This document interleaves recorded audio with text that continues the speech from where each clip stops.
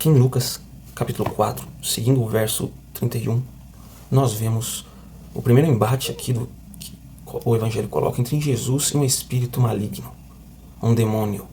Jesus estava pregando na sinagoga no sábado e o povo ficou admirado com o ensino de Jesus porque falava com a autoridade. Ele não precisava citar nenhum escriba, ele falava de si mesmo. E uma dessas vezes que Jesus estava pregando, o endemoniado aparece. E ele não consegue se conter de desespero com a presença de Jesus. E ele pergunta no verso 34, por que vem nos importunar, Jesus de Nazaré? Veio para nos destruir? Sei quem é você, o Santo de Deus. Então aqui nós podemos ver 4 coisas que aterrorizaram o demônio em Jesus. A sua pregação, a pureza, o propósito e o poder dele. Então a pregação de Jesus não é citada aqui claramente, mas provavelmente dizia sobre o destino final ali dos ímpios e dos demônios. Então isso pode ter deixado ele aterrorizado ao ponto dele ter gritado, mas o fato é que ele ficou incomodado com a pregação que Jesus teve, ainda que não fosse exatamente isso que eu esteja imaginando que seja. A pureza, né? Ele fala que Jesus é o Santo de Deus. O propósito, porque ele até pergunta, veio para nos destruir? Então o propósito de Jesus deixa aquele demônio atormentado, porque através da morte de Cristo, o poder de Satanás deixaria de ser geral sobre esse mundo, que ele havia sequestrado como seu. E o poder, né, o próprio poder de Jesus, quando ele disse, cala-se e saia desse homem. Aí o Espírito joga o homem no chão e sai dele sem machucá-lo. Aqui, a palavra autoridade é repetida 2 vezes. Primeiro, através da sua pregação, e depois, através da expulsão daquele demônio.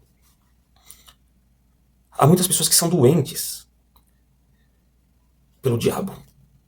Elas pesquisam mais sobre o diabo do que sobre o próprio Deus. Ficam nessa neura de ficar tentando entender como funciona o mundo maligno, e quais os graus do mundo maligno, e mergulham em estudos de sociedades secretas e ficam adoentadas com isso. E isso acaba tomando o estudo delas da palavra de Deus e do relacionamento com o próprio Jesus. Os demônios ficam contentes com isso, porque de uma forma ou de outra estão afastando essa pessoa do verdadeiro conhecimento de Jesus.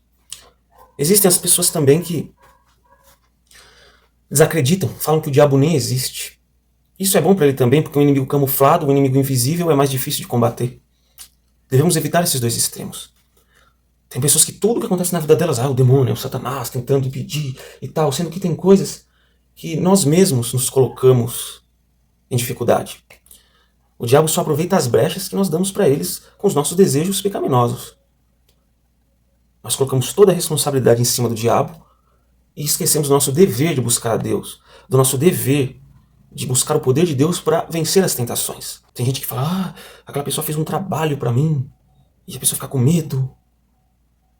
Mas saiba que tudo aquilo que é nascido de Deus, o maligno não toca. Então não precisa ter medo. Você não precisa ter medo se você está sujeito a Jesus. Num cenário entre o diabo e Jesus, não tem cenário algum que o diabo vence, porque Jesus tem toda a autoridade. O diabo sai correndo.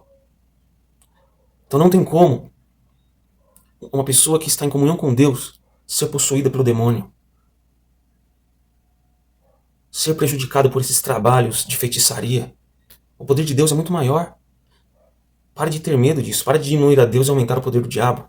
É claro que em alguns momentos o inimigo, como fez com Jesus, vai usar pessoas para te perseguir. Mas isso não vai ter poder de desvirtuar o seu caráter.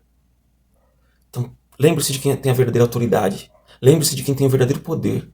Lembre-se de quem vence sempre, que é Jesus. Não dê moral para o lado perdedor.